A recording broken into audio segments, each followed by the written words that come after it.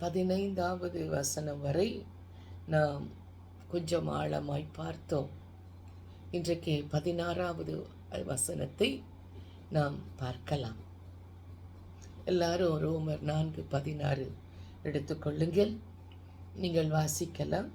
ஆதலால் சுதந்திரமானது கிருபையினால் இருக்கிறதா இருக்கும்படிக்கு அது விசுவாசத்தினாலே வருகிறது.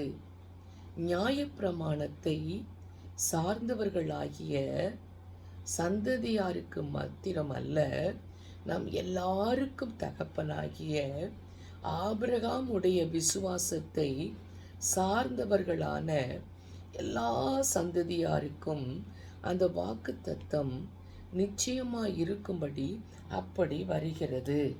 அன்பானவர்களே, சுதந்திரமானது ஒரு மனிதனுக்கு சுதந்திரம் எப்படி வருகிறதா, எப்படி அவன் ஃப்ரீயாக இருக்கிறானா, அது தேவனுடைய கிருபையினால் உண்டாகிறதா.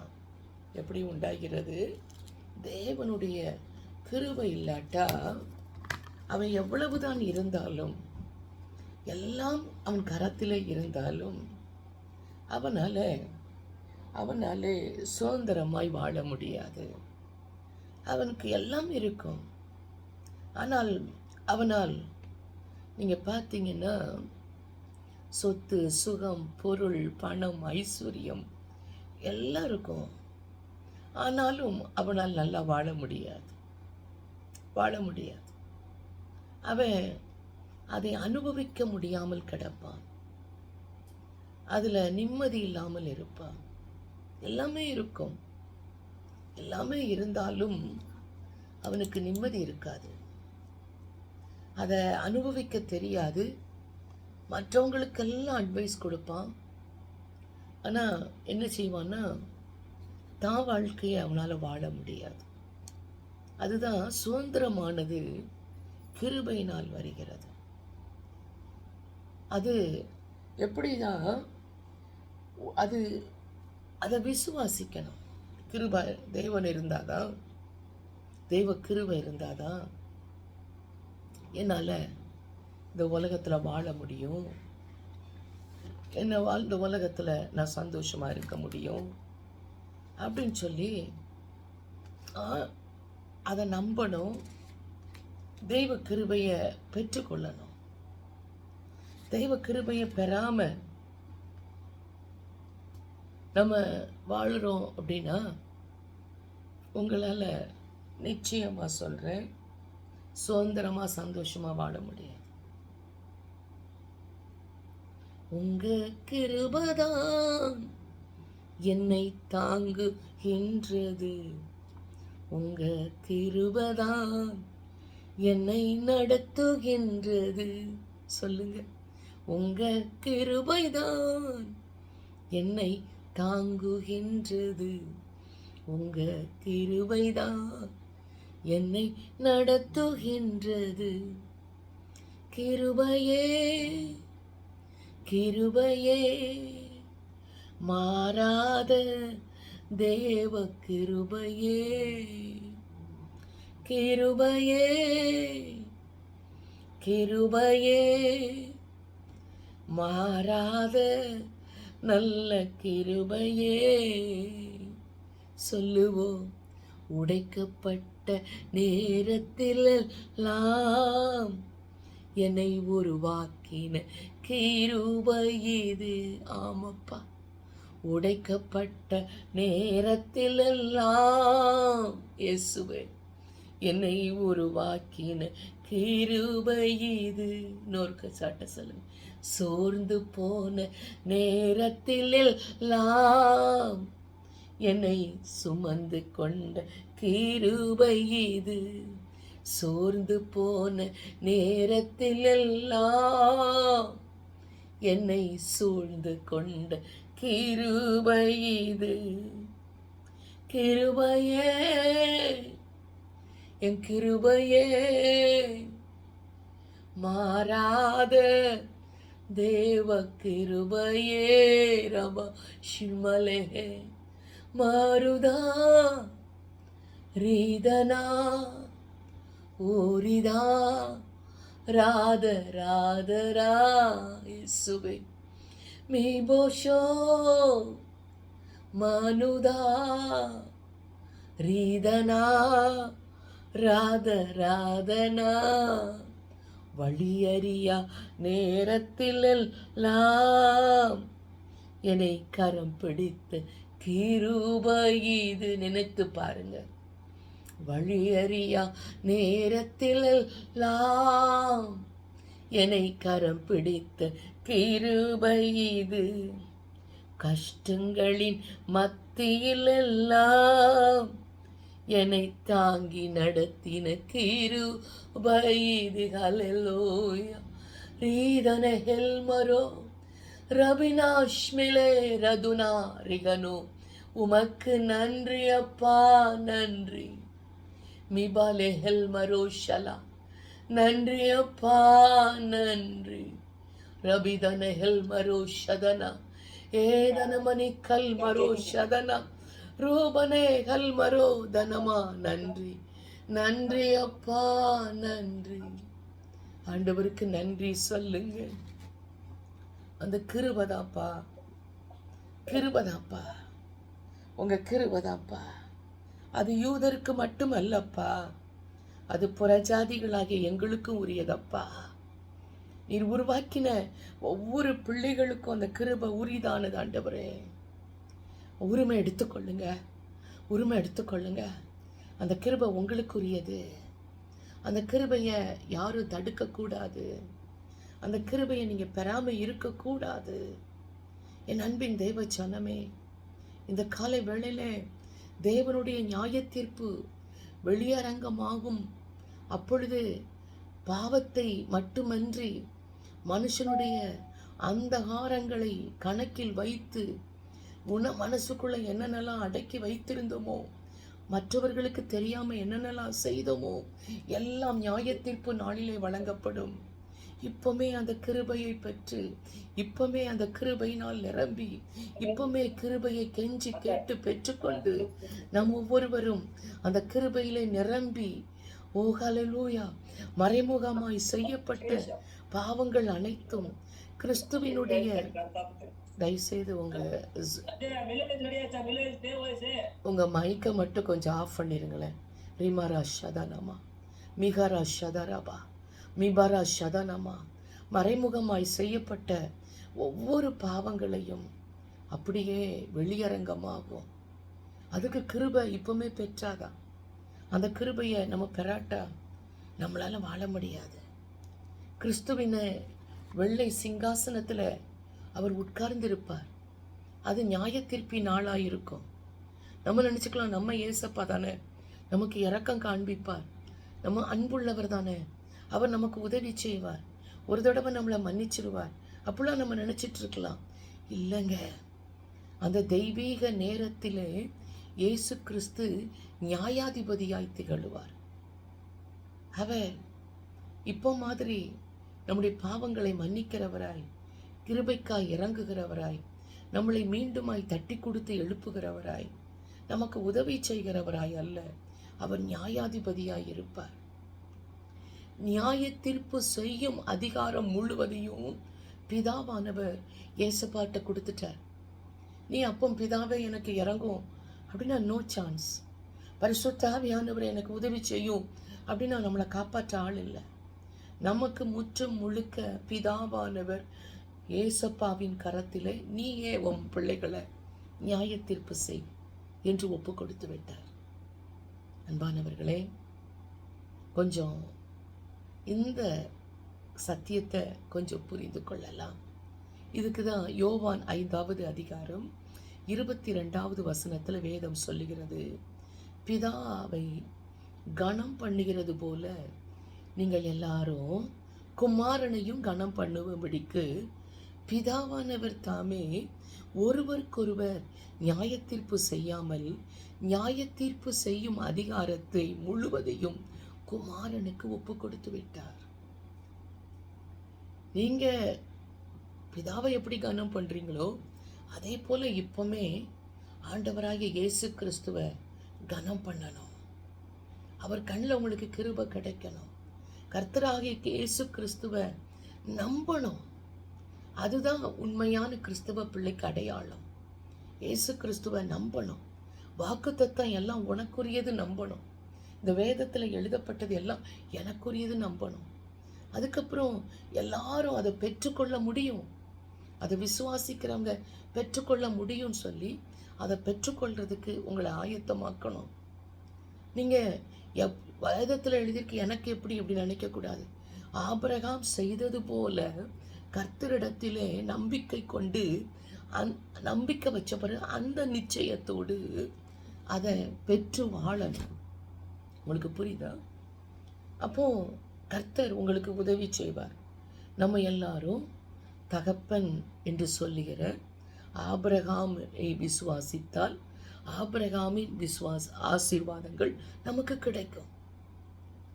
ஆபிரகாம் தகப்பன் தகப்பன் சொல்லிட்டு, ஆபிரகாம் தான் இந்த உலகத்தில் ஒரு விசுவாசிகளின் தகப்பன், நானும் அந்த விசுவாசி, எனக்கும் அந்த ஆசீர்வாதம் உண்டு அப்படின்னு நீங்கள் நம்பினீங்கன்னா நிச்சயமாக கர்த்தர் அற்புதம் செய்வார். அந்த ஆசீர்வாதத்தை நாம் பெற்றுக்கொள்ள முடியும்.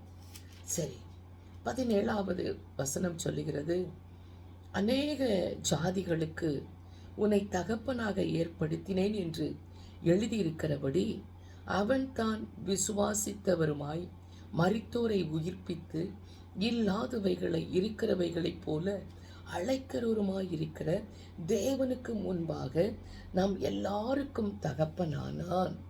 அன்பானவர்களே, விசுவாசிகள் அனைவருக்கும் ஆபிரகாம் தான் தகப்பன். எனக்கு ஆபிரகாம் தான் தகப்பன். அவரை பார்த்துதான் இவர் இவ்வளவு விசுவாசியாய் இருந்தாரே, எல்லா காரியத்திலும் விசுவாசத்தோடு தேவ சமூகத்தில் பெற்றுக்கொண்டாரே, ஒருவராய் இருக்கும்போது அழைத்தாரே, எல்லாவற்றையும் விட்டுவிட்டு விசுவாசித்து ஆண்டவர் பின் கடந்து வந்தாரே, அவர் காண்பிக்கும் தேசத்துக்கு போனாரே, ஒன்றுமில்லாமல் இருந்தும் அவர் இவ்வளவாய் கிரியை செய்தாரே. Thank you lord. நீங்கள் என்ன செய்யணும்னா, உங்கள் வாழ்க்கையில் ரொம்ப ஆச்சரியமாய் இந்த காரியத்தை நீங்கள் புரிந்து கொள்ள வேண்டும். ஏன்னா அநேக ஜாதிகளுக்கு அந்த ஆதியாகம புத்தகத்தில் நீங்கள் பார்த்தீங்கன்னா, ஆதியாகமம் 17வது அதிகாரம் 5வது வசனம் சொல்லுகிறது. ஆதியாகமம் 17:5, இனி உன் பேர் ஆபிராம் எனப்படாமல் நான் உன்னை திரளான ஜாதிகளுக்கு தகப்பனாக ஏற்படுத்தினபடினால் உன் பெயர் ஆபிரகாம் எனப்படும். ஆபிராம் என்று இருந்த பெயரை ஆண்டவர் இனி உனக்கு இந்த பெயர் வேண்டாம், ஏன்னா உன்னை திரளான ஜாதிகளுக்கு நான் தகப்பனாக ஏற்படுத்துகிறேன். திரளான ஜாதிகளுக்கு, இந்த பூமியில் வாழ்ந்து கொண்டிருக்கிற ஜாதிகளுக்கு உன்னை தகப்பனாக ஏற்படுத்துகிறேன். ஆபிரகாமை கர்த்தர் உயர்த்துகிறார். ஆபிராம் என்றிருந்த சாதாரண மனிதனாயிருந்த ஒருவனை தெரிந்து கொண்டு அவனை உயர்த்துகிறார். சாதாரணமாய் வேறு எங்கோ இருந்த பாவத்தின் அடிமைத்தளத்தில் இருந்த நம்மளை அவர் தெரிந்து கொண்டு அவர் உயர்த்துகிற தேவன். அவர் உயர்த்தினாரா? உங்களை உயர்த்தினாரா? உங்கள் குடும்பத்தினரை காட்டிலும் உங்களை உயர்த்தினாரா? நீங்கள் உயர்த்தப்பட்டு இருக்கிறீர்களா? கொஞ்சம் நிதானித்து பாருங்கள். நாம் உயர்த்தப்பட்டிருக்கிறோம், நாம் ஆசீர்வதிக்கப்பட்டிருக்கிறோம். அதாவது உயர்த்தப்பட்ட ஆபிரகாம் திரளான ஜாதிகளின் மக்களுக்கு தந்தை. அவன் குழந்தை பெற்றெடுக்கிறானோ இல்லையோ, ஆனால் எல்லாரும் அவனை அப்பா என்று அழைக்கிறார்கள், தகப்பனே என்று அழைக்கிறார்கள். நீர் எப்படி இப்படி விசுவாசத்தில் நடக்கிறீர் என்று கேட்கிறார்கள். அவன் ஒரு உயிருள்ள சாட்சியாய் வாழ்கிறான். அவனை பார்த்து, உம்மை போல்தான் நானும் பலிபீடம் கட்ட வேண்டுமா? உம்மை போல தான் காத்திருக்க வேண்டுமா? அவர் சத்தத்தை நான் கேட்க வேண்டுமா என்று சொல்லி ஆபிரகாம் செய்வதைப் போலதான் அந்த திரளான ஜாதி செய்து விசுவாசத்தை பெருகுகிறார்கள். அந்த ஆபிரகாமை தகப்பன் என்று அழைக்கிறார்கள். அன்பானவர்களே, தேவன் உங்கள் பெயரை இன்றைக்கு மாற்றுவாராக. ஜபிக்கிறவள், ஜப வீரி, ஜபத்தில் தரித்திருக்கிறவள், அல்லேலூயா, ஜபராணி, ஜபிக்கிறவள், ஜபத்தை வல்லவள், ஜபிக்கிற இவளை என் மகளாக நான் தெரிந்து கொண்டிருக்கிறேன். நீ ஜபிக்கிறதை பார்த்து உன்னை ஒரு தாயாய், நீ ஜபிக்கிறதை பார்த்து உன்னை ஒரு தகப்பனாய் இந்த உலகம் ஏற்றுக்கொள்வதாக. என் தேவன் அதை உங்களுக்கு தருவாராக. அன்பானவர்களே, தேவன் உங்களுக்கு அதை தருவாராக. ஆகவே பாருங்க, ஆதாமின் பிள்ளைகள் பாவ சுவாபத்தில் பிறந்து பாவிகள் என்ற பெயருடன் கர்த்தராகிய இயேசு கிறிஸ்துவை ஏற்றுக்கொள்ளும் போது தேவனுடைய பிள்ளை என்ற பெயர் மாற்றத்தை அடைகிறார்கள். பாருங்க, கர்த்தரை ஏற்றுக்கொள்ளும் போது பாவின்னு சொன்ன நம்மளை அவர் தேவ பிள்ளையா மாற்றி இருக்கிறார். கொஞ்சம் நினைச்சு தேங்க்ஸ் பண்ணுங்களேன். ஆண்டவருக்கு நன்றி சொல்லுங்களேன். நிச்சயமாகவே தேவன் மிகவும் நல்லவர். அவர் நம்மளை மாற்றியிருக்கிறார். ஏன்னா நம்மளால மாற முடியாதுங்க. இது தேவனுடைய செயல். நீங்க அவரை அதிகமா நேசித்து அவரோடு கூட இடைப்பட்டால், அவரை நீங்க பலமா பிடித்து கொண்டால், அவரையே சார்ந்து இருந்தீங்கன்னா நிச்சயமா அற்புதம் செய்வார். எனக்காய் கருதுவார், என்னை போஷிப்பார், என் தேவைகள் எல்லாம் சந்திப்பார். துன்ப நாளில் கைவிடாமல் தம் சிறையின் நிழலில் மறைப்பார். எனக்காய் கருதுவார், என்னை போஷிப்பார், என் தேவைகள் எல்லாம் சந்திப்பார். துன்ப நாளில் கைவிடாமல் தம் சிறையின் நிழலில் மறைப்பார்.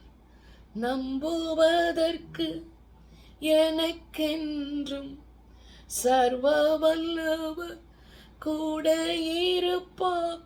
தளராமல் வானாந்திரத்தில் பிரயாணம் செய்வேன் நம்பிக்கையோடு. உண்மையாக உன்னால அவரை நம்பி இந்த வாழ்க்கையில பிரயாணம் செய்ய முடியுமா என்று கேட்காரு. என்னை நம்பி எப்பினால வர முடியுமா? என்னை ஃபாலோ பண்ண முடியுமா? என்னுடைய நிழல் படுற இடம்லாம் நீ வர முடியுமா? என் பாத படிகள் உனக்கு தஞ்சமா இருக்க முடியுமா? Thank you Lord, thank you Lord. அநேக ஜாதிகளுக்கு அவர் நம்மளை தாயாய் தகப்பனாய் தெரிந்தெடுத்திருக்கிறார். உன் குடும்பம், நீதான் எனக்கு தாய் அப்படின்னு சொல்றாங்களா? உற்றார் உறவினர்கள் பக்கத்தில் உள்ளவங்கெல்லாம், உன்னாலதான் நான் ஆண்டவரை ஏற்றுக்கொண்டேன். இந்த உலகத்தில் தேவன் உங்களை தெரிந்தெடுக்கப்பட்ட ஒரு பாத்திரம் நீங்கள். அவருடைய கிருபையும் இரக்கத்தையும் உங்களுக்கு இன்னைக்கு தருகிறார்.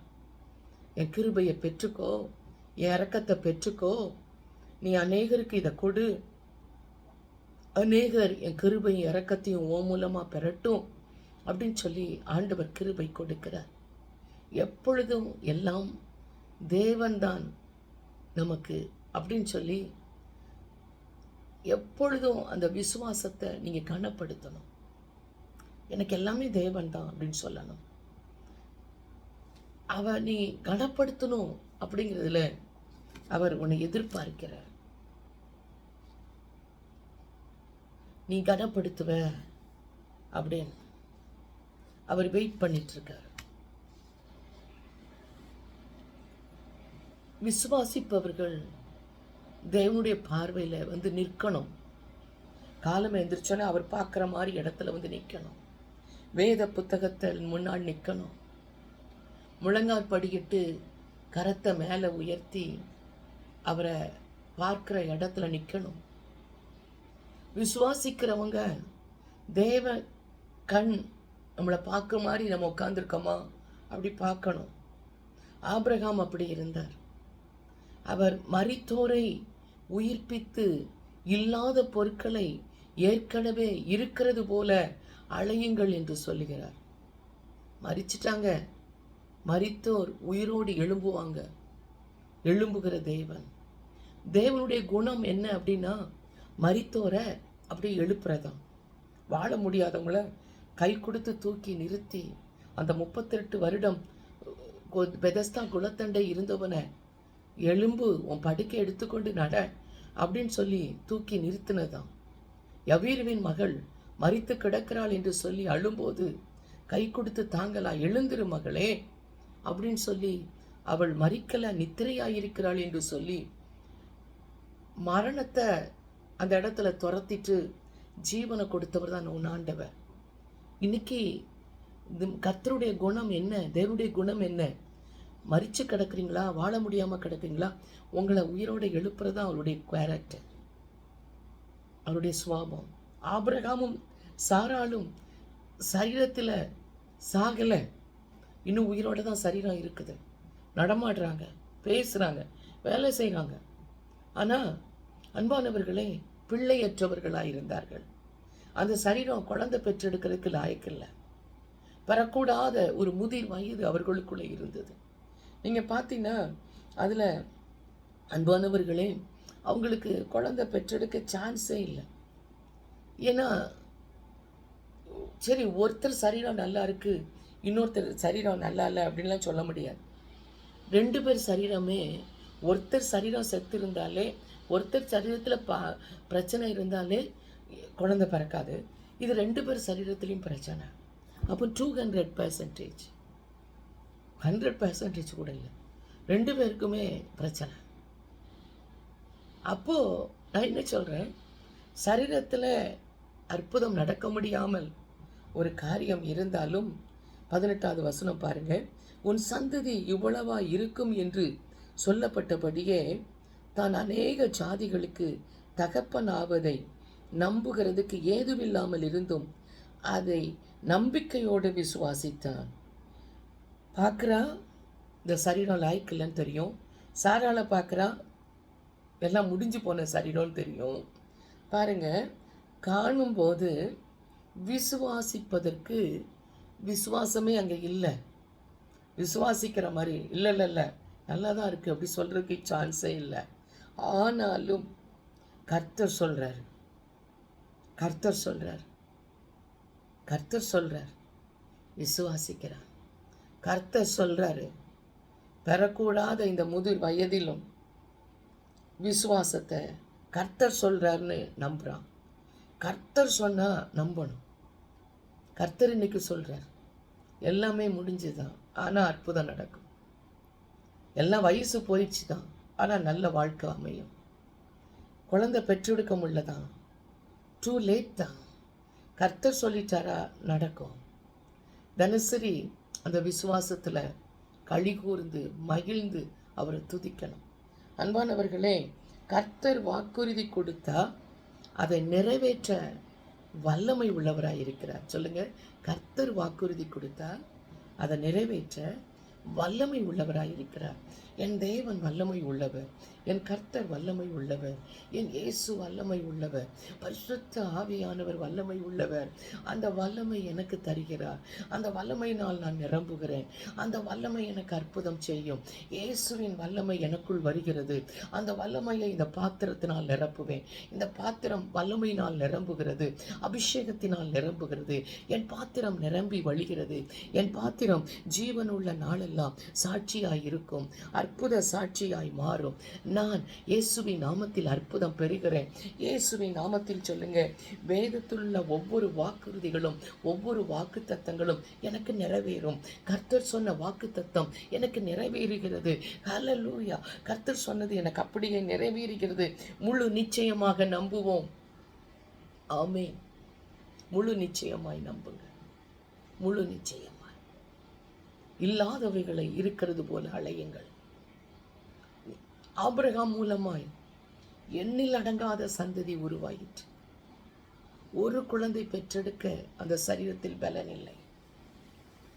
ஆனால் கர்த்தருடைய வார்த்தை அவனை பலப்படுத்தினது.